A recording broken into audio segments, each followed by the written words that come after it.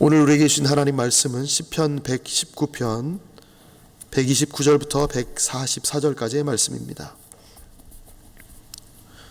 시편 119편 129절부터 144절까지 말씀입니다. 구약성경 895면에 있습니다. 시편 119편 129절부터 144절까지 우리 한 목소리로 봉독하겠습니다. 시작. 주의 증거들은 놀라움으로 내 영혼이 이를 지키나이다. 주의 말씀을 열면 빛이 비치어 우둔한 사람들을 깨닫게 하나이다. 내가 주의 계명들을 사모함으로 내가 입을 열고 헐떡였나이다. 주의 이름을 사랑하는 자들에게 베푸시던 대로 내게 돌이키사 내게 은혜를 베푸소서.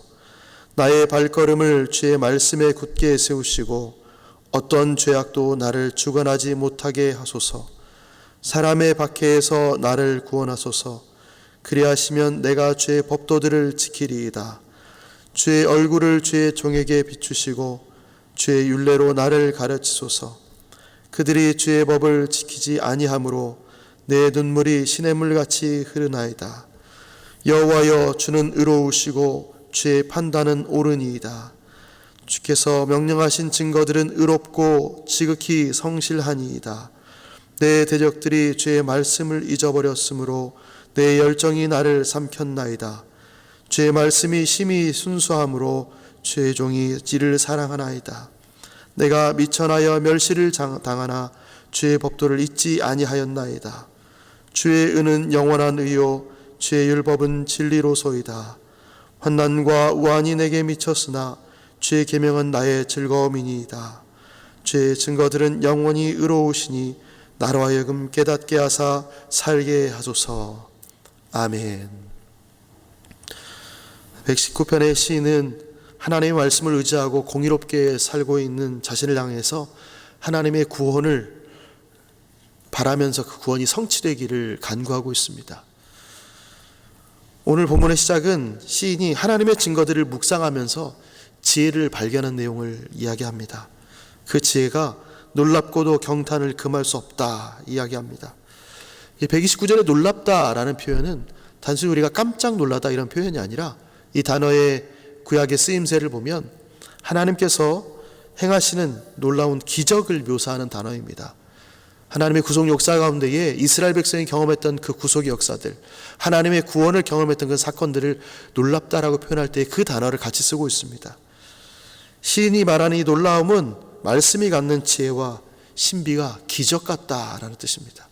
내가 이 말씀을, 이 증거들이 놀랍다, 하나님의 말씀이 얼마나 놀라운지 기적 같다라고 얘기합니다. 왜 기적 같을까요? 이 말씀이 땅에 속한 것이 아니기 때문에 그렇습니다. 하나님으로부터 왔기 때문에 이 말씀이 놀라울 수밖에 없는 것입니다. 기적 같을 수밖에 없는 것입니다.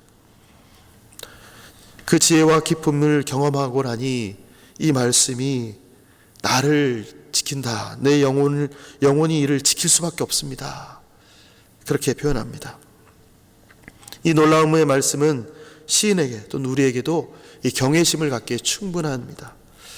그런데 이 놀라운 말씀은 신비한 것이어서 우리가 스스로 알 수가 없습니다. 하나님께서 해석해 주시고 깨닫게 해주실 때에만 알 수 있습니다. 이것을 시인은 말씀이 열렸다라고 표현합니다. 130절에 주의 말씀을 열면 빛이 비추어서 우둔한 사람을 깨닫게 하나이다, 이런 표현을 씁니다. 성령께서 말씀을 밝히 알도록 비춰주시면 우리는 그 말씀에 눈을 떠서 깨닫게 됩니다. 우둔한 사람일지라도 지혜롭게 됩니다. 시는 그 말씀을 얼마나 사모하는지 굶주리고 목마른 사슴처럼 입을 열고 갈망합니다. 그 말씀이 내게 들어오기를, 그리고 이전에 말씀대로 살았던 사람들에게 은혜를 베풀어 주셨듯이 자신에게도 동일하게 은혜를 베풀어 달라고 간구합니다. 그 은혜가 있어야 어떤 죄악에도 지배를 받지 않습니다. 그 은혜가 있어야 말씀 안에서 하나님의 뜻대로 살 수 있습니다. 그 은혜가 있어야 우리의 발걸음을 주의 말씀에 굳건하게 세울 수 있습니다. 본인이 주의 말씀 앞에 굳건하게 서 있고 난 후에 하나님의 말씀을 지키지 않는 사람들을 보니까 안타깝다라는 표현도 합니다. 그래서 그들을 보면서 어떻게 하는가? 본인이 말씀에 서 있으면서 그들을 보면서 했던 행동은 시냇물 같은 눈물을 쏟아내고 있습니다. 내 눈물이 시냇물같이 흐릅니다. 말씀을 지키는 내가, 말씀을 굳건하게 서서 말씀 위에 서서 내가 보니, 그들을 보니 눈물이 시냇물같이 흐릅니다. 얼마나 안타까운지를 보여주는 것입니다. 세상을 바라보는 눈이 우리가 그렇습니다. 하나님 말씀을 듣고 그 말씀에 서보니 그 말씀을 모르는 사람들 볼 때마다 눈물이 나는 거죠. 그들을 향하여서 긍휼한 마음이 일어나는 것입니다. 말씀을 향한 갈망이 우리 안에 있는데 그들에게도 있기를 바라는 그 마음의 소원들이 우리 안에서 터져 나와야 됩니다.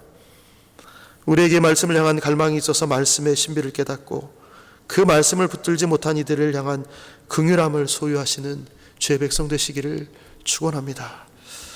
우리 137절에서 시인은 여호와의 의로우심과 그의 심판이 공의롭다라고 고백합니다. 만왕의 왕이신 하나님이 그분을 의지하는 억울한 자들의 간구를 들으시고 그분이 어떻게 하시는가? 박해하는 악한 자들에게서 건져주십니다. 이것이 여호와의 공의입니다. 공의로우신 하나님은 우리의 어려움을, 우리의 박해당함을, 우리의 곤란당함을 내버려 두시지 않습니다. 그 여호와의 공의가 어디에 있는가? 말씀에 담겨 있습니다. 그런데 대적들은 이 의로움과 성실한 하나님을 잊어버렸습니다. 시인이 보기에 그들은 무시하고 하찮게 여깁니다. 그러면서 시인의 열정과 분노와 질투가 그를 삼켜버릴 지경이 됩니다. 하나님은 공의로우십니다. 그런데 그것을 알지 못한 그들을 보니까 시인 자신에게 있는 이 분노와 질투가 삼켜버릴 정도입니다. 어찌하여 그들이 하나님 말씀을 모르는가? 하나님이 공의로우시다는 사실을 알지 못하는가의 답답함을 토로하고 있는 것입니다. 이 말씀에 대한 시인의 열정은 순수한 사랑으로 연결됩니다. 하나님 말씀을 갈망하다 보니, 그 말씀에 대한 열정을 갖다 보니 하나님을 향한 사랑이 순수하게 연결되는데요. 말씀의 가치를 알기에 고난 중에도, 멸시를 당하면서도 주의 법을 잊지 않습니다. 대조되지요. 대적하는 자들은 주의 말씀을 잊어버렸습니다. 그러나 나는 그 말씀을 잊지 않았습니다. 왜냐? 그 말씀이 얼마나 귀중한지 알기 때문입니다. 그들은 멸시하고 무시하지만 나는 절대 그럴 수가 없습니다라고 고백합니다. 하나님의 의는 영원한 의이고 하나님의 말씀은 진리이기 때문에 그렇습니다. 시인의 고백이 그렇습니다. 142절인데요. 주의 의는 영원한 의요 주의 율법은 진리로소이다. 이 시인이 깨달은 것입니다. 고난 중에 하나님의 말씀이 어떤 것인가? 우리도 이 말씀을 깨달은 자입니다. 그래서 우리도 시인과 함께 환난과 우환을 당하고 있지만 하나님의 계명을 즐거워합니다.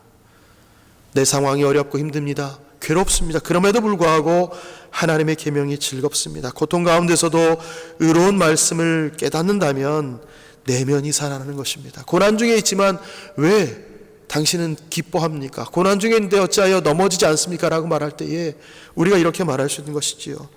하나님의 말씀이 의로운지 깨닫는다면 우리는 넘어질 수가 없습니다. 이 하나님의 말씀의 의로우심이 나를 살게 합니다. 이렇게 말할 수 있는 것입니다.